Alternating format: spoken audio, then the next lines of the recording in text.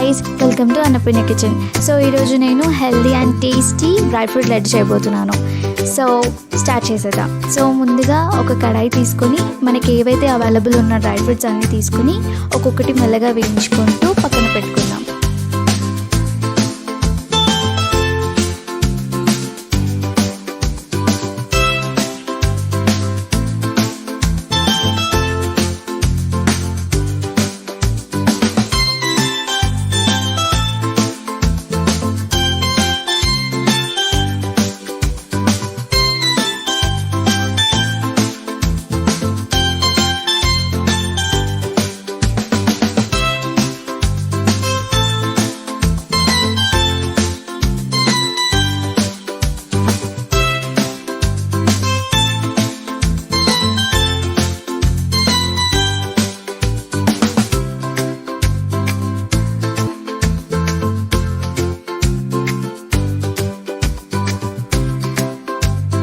దాని తర్వాత ఒక మిక్సీ జార్ తీసుకొని అన్ని డ్రై ఫ్రూట్స్ ఏవైతే వేయించి పెట్టుకున్నామో అవన్నీ అందులో వేసుకొని మిక్సీ జార్లో పట్టండి.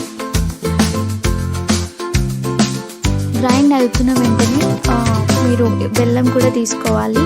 బెల్లం కూడా అందులో మిక్స్ అయ్యే వరకు ఎంత క్వాంటిటీ కావాలో అంత క్వాంటిటీ తీసుకొని బాగా మిక్స్ చేసుకోండి. మరీ పౌడర్ అయ్యేలా కాకుండా కొంచెం గరుగ్గా ఉన్నా చాలు.